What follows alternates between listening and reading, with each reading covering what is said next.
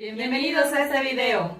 Somos estudiantes del Diplomado de Neuroeducación. Mi nombre es Elba Cervantes. Mi nombre es Naymarit Rivera y en esta ocasión vamos a hablar sobre el cerebro, aquel que controla todas nuestras funciones de nuestra vida. Vamos a hablar específicamente de 4 estructuras, según cómo ha ido evolucionando. Vamos a empezar con el tronco encefálico, luego el cerebelo, el diencéfalo y finalmente el cerebro. Pero antes vamos a mencionar que el encéfalo y la médula espinal constituyen el sistema nervioso central, el cual se caracteriza por poseer 2 sustancias, la sustancia blanca y la sustancia gris. La sustancia blanca está compuesta por acciones mielinizados que se proyectan desde los somas.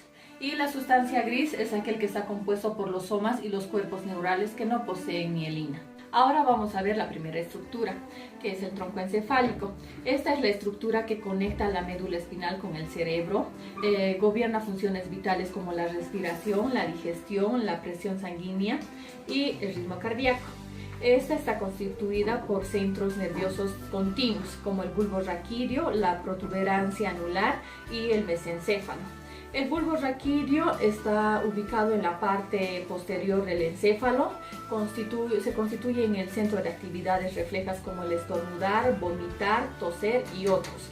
Asimismo, permite la conducción de los impulsos nerviosos hacia y desde el cerebro.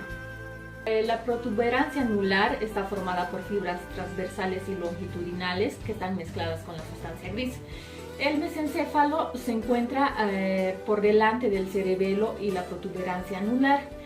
Su función se da a partir de la actividad que interviene en el movimiento ocular y en la contracción de la pupila. Asimismo, coordina el movimiento de la cabeza y el tronco en respuestas a... El cerebelo es un órgano que se encuentra en la parte posterior del cerebro, ubicada bajo los lóbulos occipitales, y consta de 2 hemisferios cerebelosos que están unidos por la parte intermedia llamada vermi.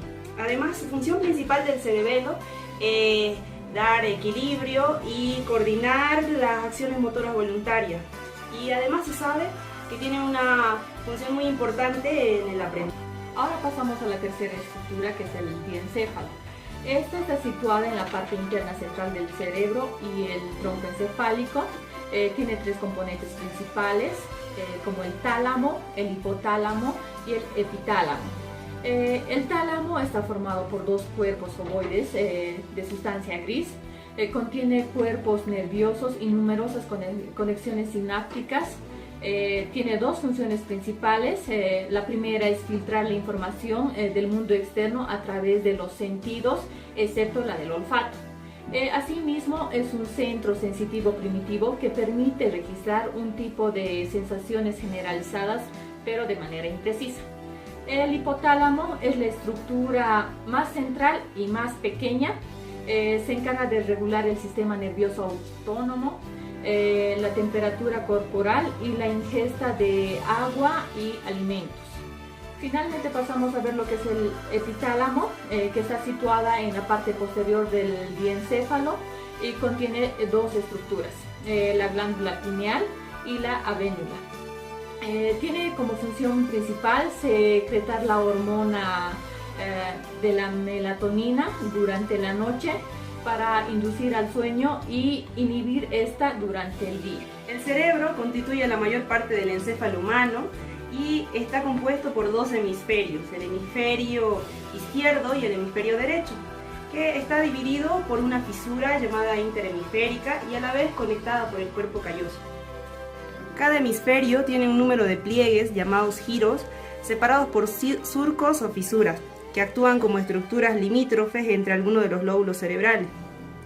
La parte interna del cerebro está compuesta por la sustancia blanca y la parte externa por la sustancia gris. A su vez, cada hemisferio se divide en 4 lóbulos. Los lóbulos son formas convencionales de agrupar un conjunto de estructuras que tienen funciones que están relacionadas entre sí.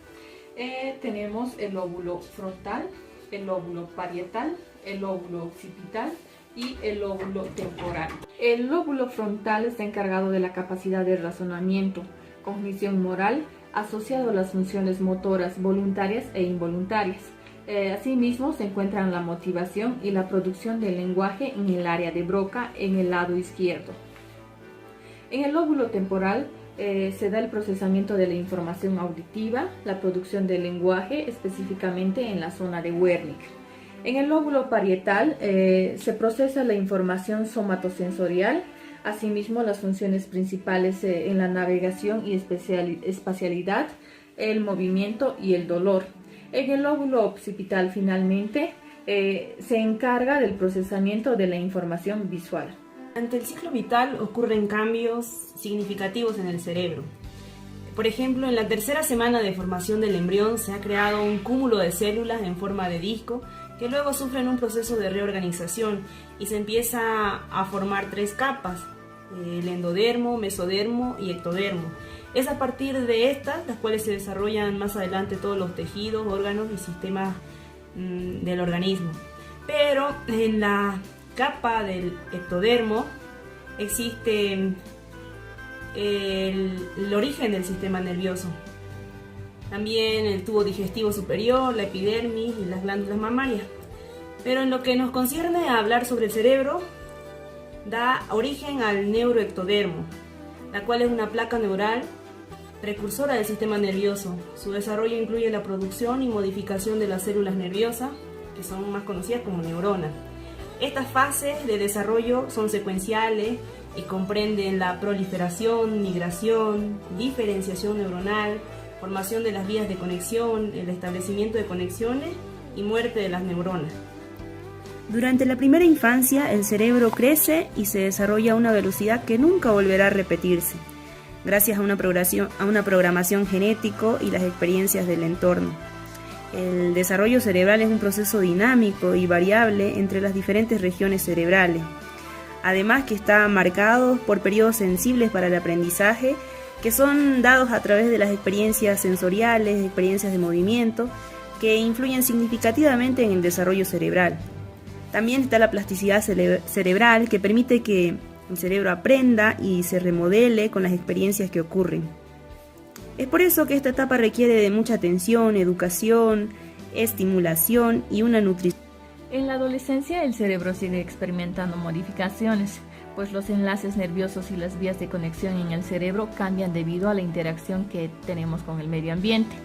Recordemos que la materia gris incrementa su volumen durante la infancia, pero en la pubertad cuando comienza a disminuir y adelgazar, la cual se relaciona con el desarrollo de habilidades cognitivas y de razonamiento. Este proceso acompaña los mecanismos de mielinización, es decir, que se produce un aumento en la velocidad de la transmisión de la señal, gracias a un incremento de la formación en la mielina. Las áreas relacionadas con las emociones todavía se encuentran madurando en la adolescencia, pero el cerebro de un adolescente funciona de manera diferente al de un adulto en la toma de decisiones y la resolución de problemas. Dichas acciones están más guiadas por la amígdala y en menor grado por la corteza frontal. Al final de la adolescencia, la corteza orbitofrontal puede inhibir la impulsividad de la amígdala. En la edad adulta, aproximadamente a los 28 años de edad, el envejecimiento cerebral comienza. El cerebro deja de crecer y se mantiene estable por un periodo de 20 años. A los 55 años aproximadamente se inicia la pérdida de masa de tejido cerebral de 1.400 gramos a 1.170 gramos, lo que produce cambios finos en la atención, en la capacidad de cálculo matemático y los patrones de sueño, entre otros.